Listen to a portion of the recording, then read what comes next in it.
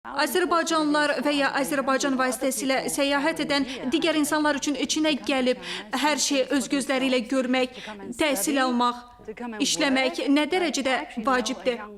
Əslində, mən Çinə kəmər və yol vasitəsilə yay düşərgəsindən gələn və burada qalan gənc insan tanıyıram. O, fəlsəfə doktoru dərəcəsinə yiyələnmək üçün təhsil alır, özü üçün yeni gələcək qurur. Əks tərəfdə vəziyyət necədir?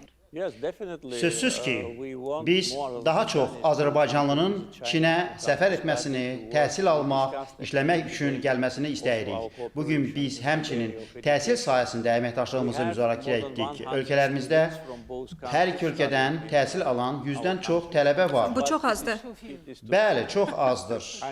Əminəm ki, xüsusilə texnologiyanın inkişafında, süni zəka sahəsində potensialı nəzərə alsaq, onların sayı artacaq.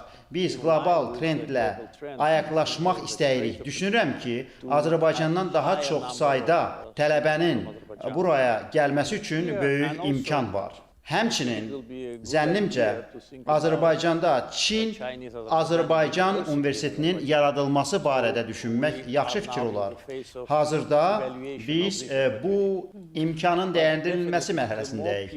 Lakin sözsüz ki, insanlar nə qədər çox səyahət edirlərsə, mədəniyyət, xalq barədə nə qədər çox bilirlərsə, ölkələr arasında əlaqələr bir o qədər də sıx olur. Çünki, bəli, biz siyasi qərarlar qəbul edirik, strateji tərəfdaşlar, biz liderlər və hökumətlər olaraq dostduq.